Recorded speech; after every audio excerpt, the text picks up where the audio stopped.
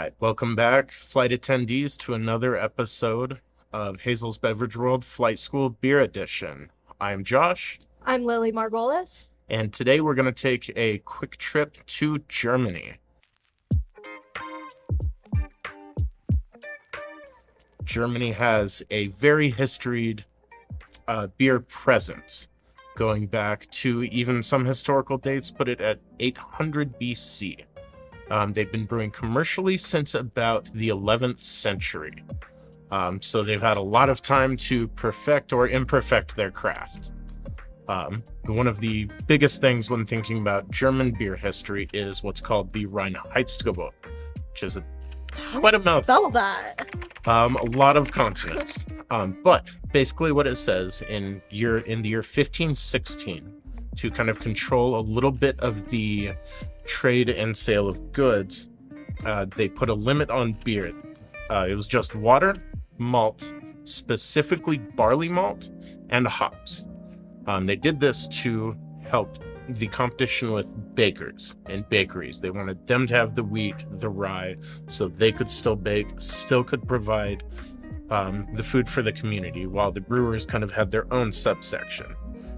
Now, if we've noticed from some of our videos past, there's one ingredient that was not in there, and it was yeast, which was discovered in sometime the 17th, 18th century. So they just didn't know about it. It hadn't really been discovered yet.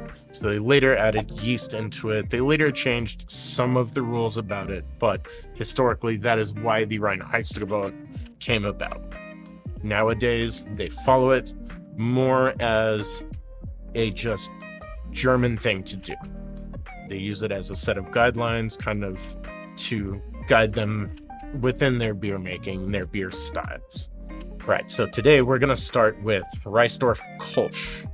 Now, one of my boss's favorite questions to ask for all of you is, Kolsch an ale or a lager? Essentially, it's both, but neither one at the same time. Okay. So Kolsch uses ale yeast, a usually warm fermenting yeast style, top fermenting, and they ferment it at cold lager temperatures.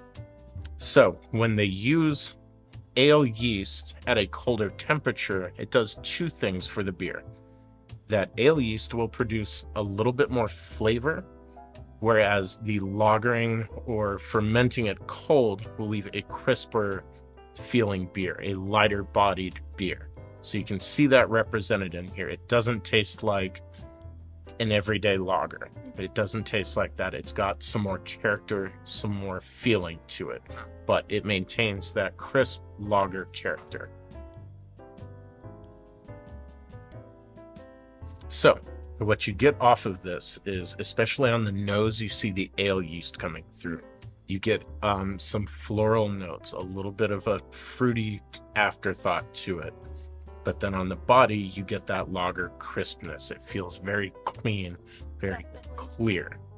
So next, we are going to be looking at the Agustiner Edelstoff. Also another mouthful there. These guys, Agustiner being from Munich, one of the kind of beer brewing capitals of Germany, for sure. One of their breweries all across Germany, but Munich in particular, where they have Oktoberfest, is a big beer city. Now, this Agustiner is classified as a Dortmunder or even an export lager. What that means, in essence, is they boost the alcohol just a little bit, so that it can stay a little more shelf stable, has a longer shelf life to it. Obviously, getting here from Germany takes a minute. When you talk about boosting alcohol, what is the process to increase the alcohol? With that, so it's either they add a little bit more malts to it. In Germany especially, I would say they probably add more malts to it, but to boost the alcohol, say here in the States, some malt extract, some sugars, anything that the yeast can eat and produce alcohol. Okay. So yeah, with these, they probably dose up the malt a little bit to give it around that 5 to 6% alcohol range. And let's give it a try. And then with this one on the nose, you don't get a lot of that yeast character. You get that maltiness, where it just smells like a wonderful biscuit or like a fresh piece of bread.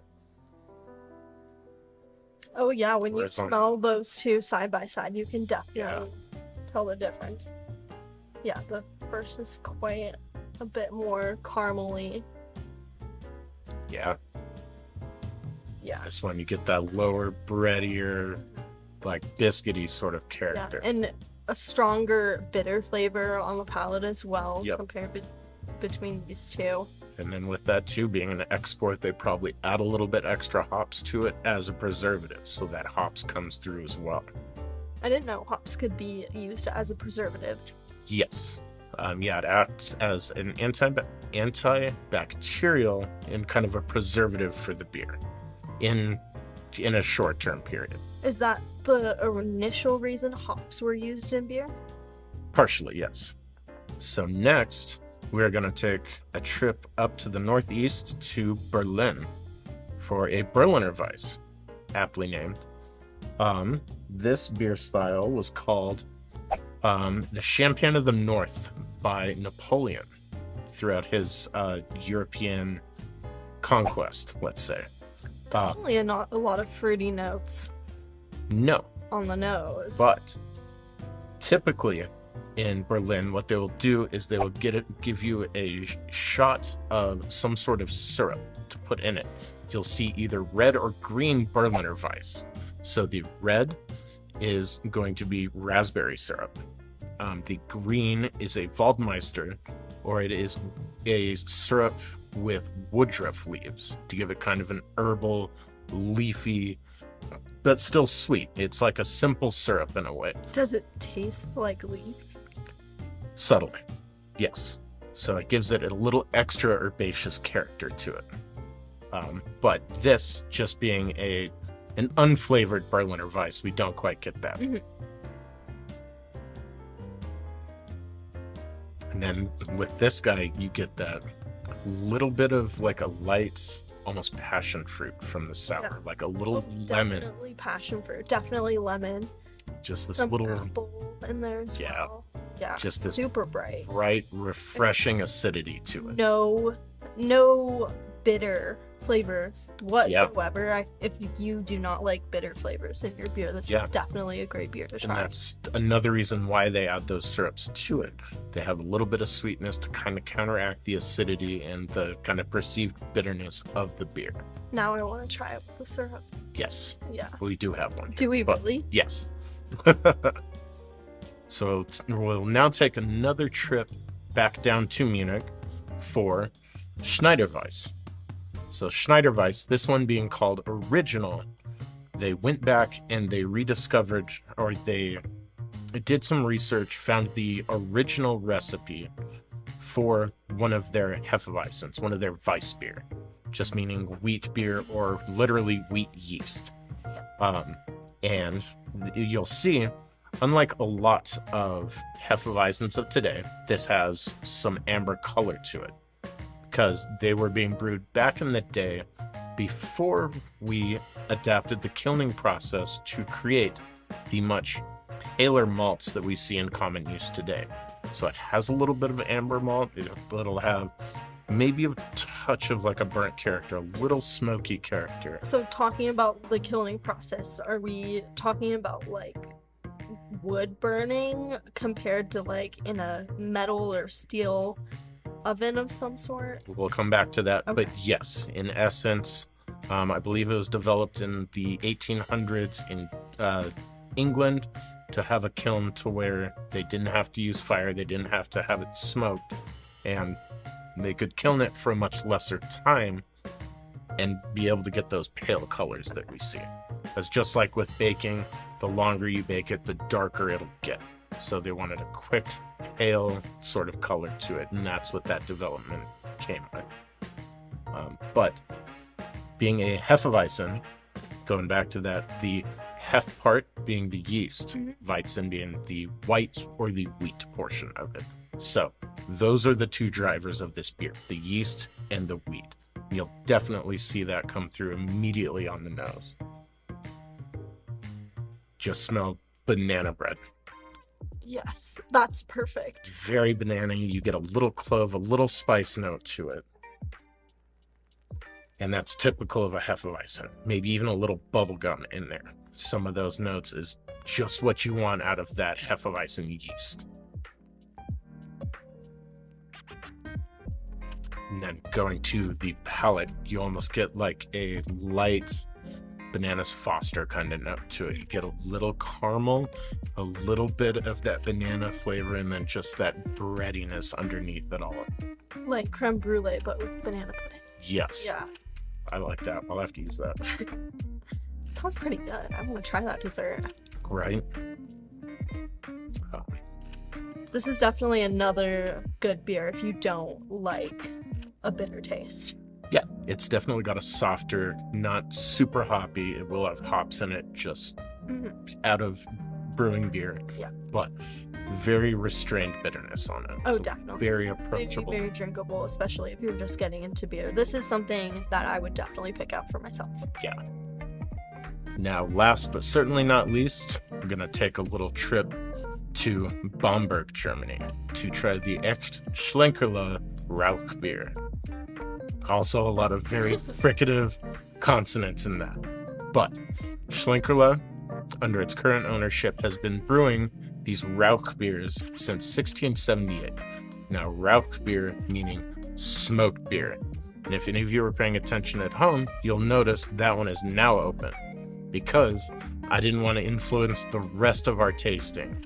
This has an incredibly smoky character to it.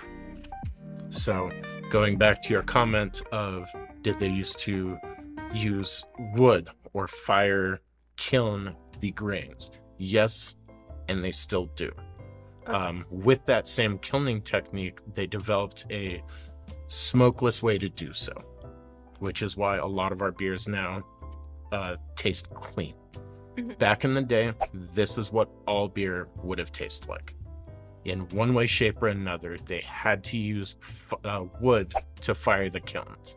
Then they developed like coal or soda ash or something to burn clean, and then of course with gasoline, with modern technology, we definitely got rid of that. So this beer isn't like that the grains are trapped necessarily and smoked in the way that you would smoke meat.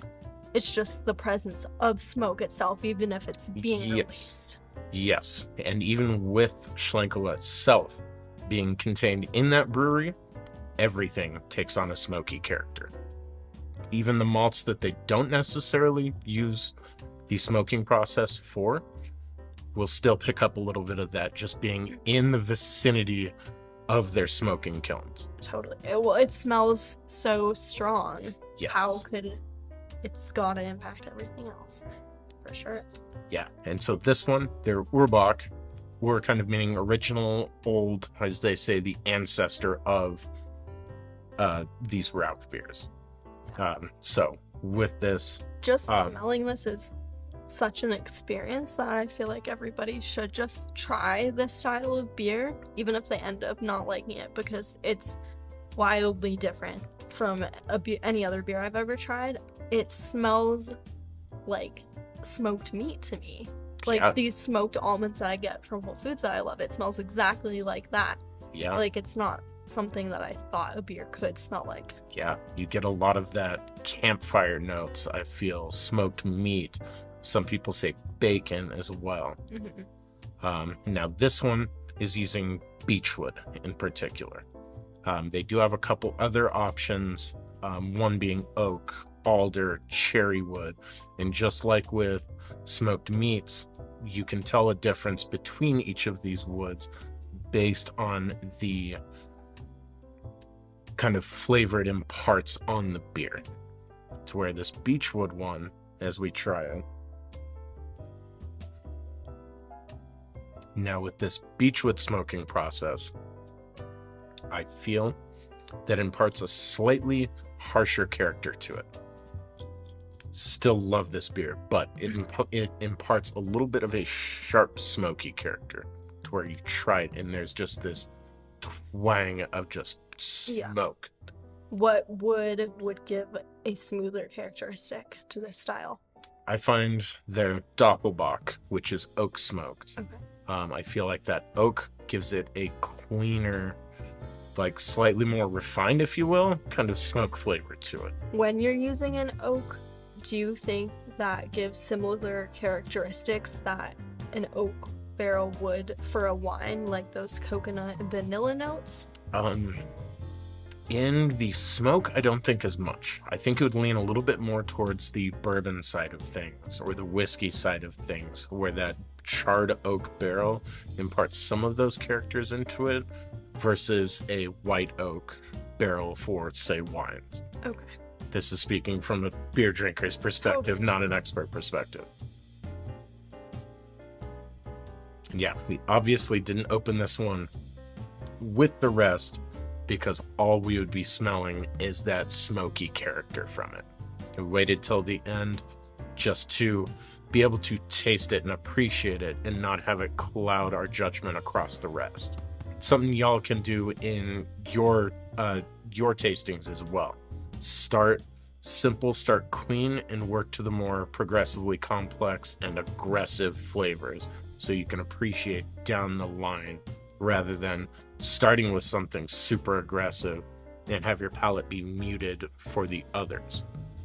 When you go back to the lightest beer, that the first one we tried and compare with this smoke style, it's even more apparent how wild it is. And absolutely, just that all beer used to be like this is in one way, shape, or another. For sure, that smoky character would be there in some way, shape, or form. So this was just a quick journey through Germany and through some of their beer styles. Obviously, there are dozens and dozens of other styles we didn't quite touch on, but come in and we can discover some more. There are a lot of fun German styles, and they've been doing it for some of them literally thousands of years. I'd like to give a huge thank you to Ian Mitchell and to Elite Brands. I'm Josh. I'm Lily Margolis. And thank you for taking this flight with us. Thanks for flying through Germany with us today. Subscribe to Hazel's Beverage World on YouTube and come fly with us again next time.